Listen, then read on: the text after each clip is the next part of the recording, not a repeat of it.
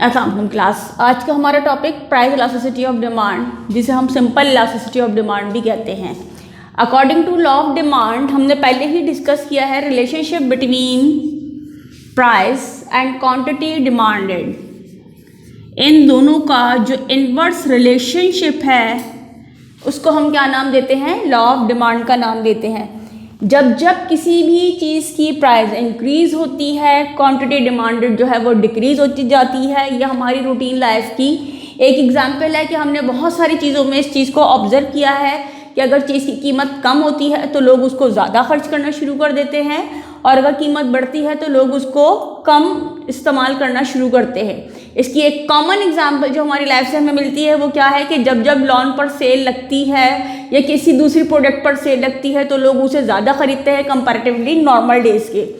तो ये जो रिलेशनशिप है ये क्या है? लॉ ऑफ डिमांड की जब जब कीमत बढ़ती है क्वांटिटी डिमांडेड क्या हो जाती है?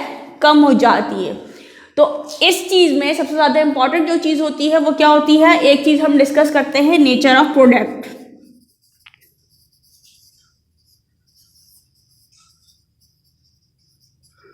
कुछ चीज़ें हमारी ज़िंदगी के लिए बेसिक नीड्स होती हैं जिनके बगैर हम अपनी लाइफ को सरवाइव ही नहीं कर सकते, like food stuffs and medicine. कि अगर हमारी ज़िंदगी में आटा, चावल, चीनी वगैरह की कीमतें बढ़ती हैं तो उनका हमारी कंजम्पशन पर क्या इम्पैक्ट आता है। कुछ चीज़ें जो होती हैं वो हमारी लाइफ में कंफर्ट का हिस्सा रखती हैं कि वो हमारे लिए सहूलतें लेकर आती हैं। कुछ चीज़ें जो है वो हमारी लाइफ में लग्जरी की पोजीशन रखती हैं कि जो हम एक ख़ास स्टेटस पर जाकर ही अवेल करते हैं, अदरवाइज हम उसे अवेल नहीं कर सकते। तो अगर हम बात करें कि जब आँख खुलते ही हमें नाश्ते की ज़रूरत होती है तो नाश्ता जो है वो मेरी बेसिक नीड है। अब वो चाहे मैं सुबह नाश्ता जो है वो रात की रोटी का करूँ या पराठे का करूँ, मुझे नाश्ता चाहिए है, ये मेरी बेसिक नीड है। और अगर मैं इसको थोड़ा सा कंफर्ट में लेकर आ जाऊँ तो ये नाश्ता मैं खुद नहीं बना रही बल्कि मैं रेडीमेड नाश्ता बाज़ार से ख़रीद कर लेकर आ रही हूँ। तो अगर मैं वो नाश्ता रेडीमेड नाश्ता बाज़ार से ख़रीद कर लेकर घर आ रही हूँ तो इट इज़ अ कम्फर्ट। लेकिन अगर मैं उसको ऑर्डर कर रही हूँ और बाय मेल या किसी भी तरीके से मैं उसको खुद घर पे रेडीमेड मंगवा रही हूँ, उसके लिए मैं जाने की जहमत भी नहीं कर रही, तो वो जो स्टेटस है वो स्टेटस क्या कहलाएगा? लग्जरी कहलाएगा। तो किसी भी चीज़ की जो वेरिएशंस आती हैं उसकी कंजम्पशन में वो डिपेंड कर रही होती हैं नेचर ऑफ प्रोडक्ट के ऊपर कि उस जो प्रोडक्ट हम इस्तेमाल कर रहे हैं वो हमारे लाइफ में क्या स्टेटस शो करता है। क्या वो हमारे लिए बेसिक नीड की पोजीशन रखता है? क्या वो हमारे लिए कंफर्ट की पोजीशन रखता है? क्या वो हमारी लाइफ में एज ए लग्जरी जो है वो रन आउट कर रहा है? तो किसी भी चीज़ की जो डिमांड है वो वेरी होती है नेचर ऑफ प्रोडक्ट के लिहाज से, और उसके डिफरेंट फैक्टर भी होते हैं। तो इसी लिहाज से हम प्राइस इलास्टिसिटी ऑफ डिमांड को जब डिस्कस करते हैं तो हमारे पास आती हैं 3 types of price elasticity of demand. पहला जो इम्पैक्ट हम डिस्कस करते हैं वो पहला इम्पैक्ट हमारे पास आता है कीमत का या प्राइस का, कि किसी भी चीज़ या प्रोडक्ट की जो डिमांड है वो मोस्ट बेसिकली जो चेंज हो रही होती है वो किसके बिहाफ पर चेंज हो रही होती है? प्राइस के बिहाफ पर चेंज होती है। जब जब कीमतें चेंज होती हैं उस चीज़ की डिमांड जो है वो चेंज हो जाती है। तो डिमांड का वो चेंज या क्वांटिटी डिमांडेड का वो चेंज जो कि किसी भी प्रोडक्ट की प्राइस में चेंज होने की वजह से एग्जिस्ट करता है या रिस्पॉन्स जो है वो प्राइस में चेंज होने की वजह से शो करता है, उसको हम नाम देते हैं प्राइस इलास्टिसिटी ऑफ डिमांड, जिसे हम सिंपली इलास्टिसिटी ऑफ डिमांड भी कहते हैं। इसके अंदर हम क्या चीज़ ऑब्जर्व करते हैं? इसको हम शो करते हैं ED यानी इलास्टिसिटी ऑफ डिमांड के साथ, और इसके लिए हम फॉर्मूला अप्लाई करते हैं percentage change in quantity demanded divided by percentage change in price. कि किसी भी चीज़ की कीमत में जब चेंज आता है तो उस चेंज को उसकी डिमांड जो है वो किस हद तक एक्सेप्ट करती है, किस हद तक उसके अंदर वेरिएशंस आती हैं, तो इसको हम किससे चेंज करते हैं? डेल्टा Q से शो करते हैं।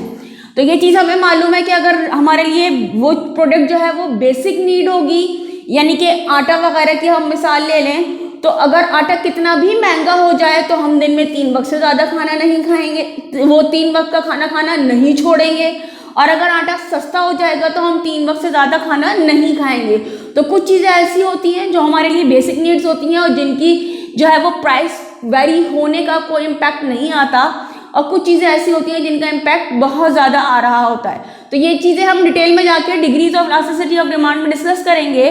लेकिन अभी जो हम टाइप में डिस्कस कर रहे हैं वो टाइप में डिस्कशन क्या है कि किसी भी प्रोडक्ट का वो चेंज जो कि उसकी प्राइस में चेंज होने की वजह से आता है, it will be known as price elasticity of demand. दूसरा जो हमारी टाइप है वो क्या है, इनकम इलास्टिसिटी ऑफ डिमांड।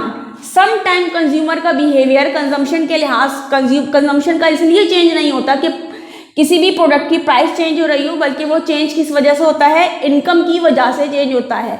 अगर किसी भी कंज्यूमर की इनकम चेंज हो रही है, लाइक कि उसको बोनस मिला है या कोई उसका प्राइस बॉन्ड वगैरह खुल गया है या किसी भी XYZ रिसोर्स से उसका इनकम लेवल जो है वो इंक्रीज हो गया है, तो उसका कंजम्पशन लेवल भी क्या होगा, चेंज हो जाएगा। अगर इनकम इंक्रीज हो रही है तो कंजम्पशन भी क्या होगी, इंक्रीज होगी, यानी कि क्वांटिटी डिमांडेड जो है वो पहले से ज़्यादा जो है वो डिमांड करेगा। अगर हम इसकी रेगुलर लाइफ में एक छोटी सी एग्जांपल लें कि ईद के ओकेजन्स पे बच्चों की जेबों में जब नॉर्मल अपनी पॉकेट मनी से ज़्यादा पैसे होते हैं कि उनकी जेब में ईदी के पैसे भी जमा हो चुके होते हैं, तो जब वो किसी भी शॉप पर कोई भी चीज़ परचेज करने जाते हैं तो वो नॉर्मल परचेजिंग नहीं करते हैं। अगर वो रोज़ाना 2 जूस 2 बिस्किट और चॉकलेट्स वगैरह ले रहे हैं तो उस वक्त वो इससे ज़्यादा क्वांटिटी में चीज़ें परचेज कर लाते हैं। तो कंजम्पशन का वो बिहेवियर, वो चेंज जो किसी भी कंज्यूमर की इनकम में चेंज होने की वजह से आता है, उसे हम नाम देते हैं इनकम इलास्टिसिटी ऑफ डिमांड, जिसे हम बाय फॉर्मूला शो करते हैं EY। वाई डिनोट कर रहा है चेंज इनकम को, delta D change in quantity demanded, delta Y percentage change in delta Y, यानी कि किसी भी जो कंज्यूमर है उसकी इनकम में जो चेंज आ रहा है उसकी वजह से उसका डिमांड लेवल जो चेंज होगा वो क्या कहलाएगा, इनकम इलास्टिसिटी ऑफ डिमांड। तीसरी जो हमारी टाइप है वो क्या है, cross elasticity of demand. Cross elasticity of demand में हम जो चीज़ ऑब्जर्व कर रहे हैं वो क्या है कि E के साथ हमारे पास 2 वेरिएबल लिखे हैं X और Y। Cross elasticity of demand जो होती है वो ऐसी प्रोडक्ट से रिलेट कर रही होती है जो एक दूसरे का सब्स्टिट्यूट होती हैं या फिर कॉम्प्लीमेंट्री गुड्स होती हैं। कॉम्प्लीमेंट्री गुड्स वो गुड्स होती हैं जो एक दूसरे को कंप्लीट करती हैं, और सब्स्टिट्यूट गुड्स जो है वो गुड्स होती हैं जो एक दूसरे के रिप्लेसमेंट में इस्तेमाल होती है। लाइक अगर हम फ्यूल की बात करें तो पेट्रोल एंड CNG एक दूसरे का सब्स्टिट्यूट है। अगर हम मौसम सरमा में बात करें तो टी यानी कि चाय और इसके साथ कॉफ़ी जो है वो एक दूसरे का सब्स्टिट्यूट है। आटा जो है वो चावल का सब्स्टिट्यूट है, दही जो है वो टमाटर का सब्स्टिट्यूट है। तो रूटीन लाइफ में हम अपना बिहेवियर बहुत अच्छे से ऑब्जर्व करते हैं कि जब डेली लाइफ में टमाटर के प्राइस बढ़ते हैं तो जो घर में कुकिंग करने वाले लोग हैं या जो सौदा लाने वाले बाजार से लोग हैं वो इस बात को ऑब्जर्व ज़रूर करते होंगे कि जब प्राइस लेवल ऑफ टमाटर बढ़ता है, यानी कि टमाटर की जो कीमत है वो मार्केट में बढ़ने लग जाती है, तो जो आम बिहेवियर होता है वो क्या होता है कि लोग टमाटर को छोड़कर दही की कंजम्पशन को बढ़ा लेते हैं। तो किसी भी प्रोडक्ट की कंजम्पशन में या क्वांटिटी डिमांडेड में ऐसा चेंज जो उसके सब्स्टिट्यूट की प्राइस के इम्पैक्ट की वजह से दूसरे पर इन्हेंस हो रहा हो, तो उसको हम क्या नाम देते हैं, क्रॉस इलास्टिसिटी ऑफ डिमांड। तो हमने ये चीज़ अपनी लाइफ में ऑब्जर्व की हुई है कि जब पेट्रोल पर कीमतें बढ़ी हैं तो लोगों ने क्या करा है, पेट्रोल से अपनी गाड़ियों को CNG पे कन्वर्ट कर लिया है, या फिर सम टाइम अगर फ्रेश मिल्क की जो है वो सप्लाई मार्केट में कम हो जाती है या उसकी प्राइस बढ़ जाती है तो लोग फ्रेश मिल्क के बजाय पाउडर मिल्क को इस्तेमाल करना शुरू कर देते हैं। तो ऐसी डिमांड में ऐसा चेंज दो ऐसे प्रोडक्ट्स की वजह दरमियान हो जो एक दूसरे का सब्स्टिट्यूट है, एक दूसरे के अदल बदल के तौर पर इस्तेमाल होती हैं, यानी अगर हम एक को कंज्यूम करें या दूसरे को कंज्यूम करें तो हमारी कंजम्पशन पर कोई इम्पैक्ट नहीं आता या हमारे लेवल ऑफ सेटिस्फेक्शन पे कोई चेंज नहीं आता। तो इस चीज़ को जो हम नाम देते हैं वो क्या नाम देते हैं, क्रॉस इलास्टिसिटी ऑफ डिमांड को।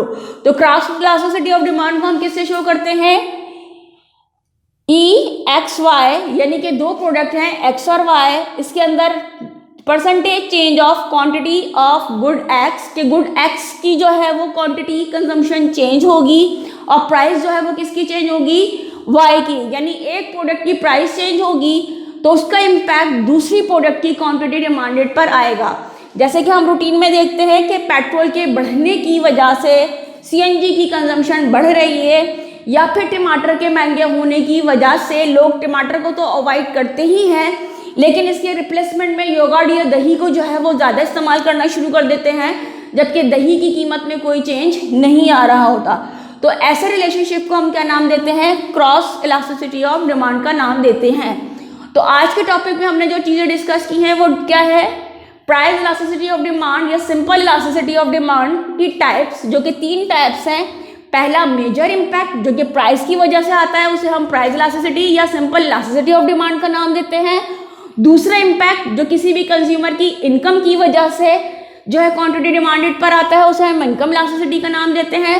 और तीसरा इम्पैक्ट जो है वो सब्स्टिट्यूट गुड्स के साथ की कोरिलेशन में एक की प्राइस चेंज होने की वजह से दूसरी प्रोडक्ट की कंजम्पशन पर आ रहा होता है, तो उसे हम क्रॉस इलास्टिसिटी का नाम देते हैं। इसके साथ ही हमारा ये लेक्चर वाइंड अप होता है। अगले लेक्चर में हम अपने अगले टॉपिक्स को डिस्कस करते हैं।